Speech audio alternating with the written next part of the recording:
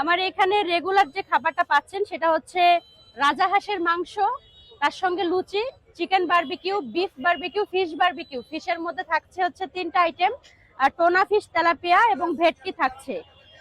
And second হচ্ছে আপনার এখানে আমার এখানে পাচ্ছেন গরুর মাংসের বড় বড় নল্লি সাইজের এই যে নিহারি গুলা দেখতেই পাচ্ছেন, এগুলা কিন্তু অনেক বড় বড়, 150 টাকা করে পিস বিক্রি হচ্ছে।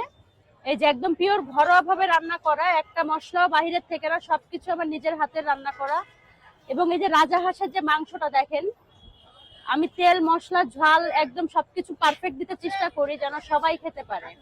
এন্ড এটা হচ্ছে আপনার ভুড়ি, ভুড়িতে আমি একটু আলু দেওয়ার চেষ্টা করি যেন ফ্যামিলির একটা মানে ঘরোয়া খাবারের একটা ভাইব পাওয়া যায়। আসলে আমরা আলু ছাড়া কিন্তু কোন ম্যাক্সিমাম তরকারিতে আলু দিই, আলু ছাড়া কোনো খাবার জমে না। তার সঙ্গে আমার থাকছে এরকম চিকেন বারবিকিউ, লাইভ কিচেনে চিকেন বারবিকিউ দেখতে পাবেন। এবং এই একটা মুরগিকে আমরা হচ্ছে 4 খণ্ড করি, যেটা আপনার 150 টাকা করে একটা পিস দিয়ে থাকি। তার সঙ্গে লুচি দিচ্ছি বড় সাইজের একটা, যেটা 10 টাকার।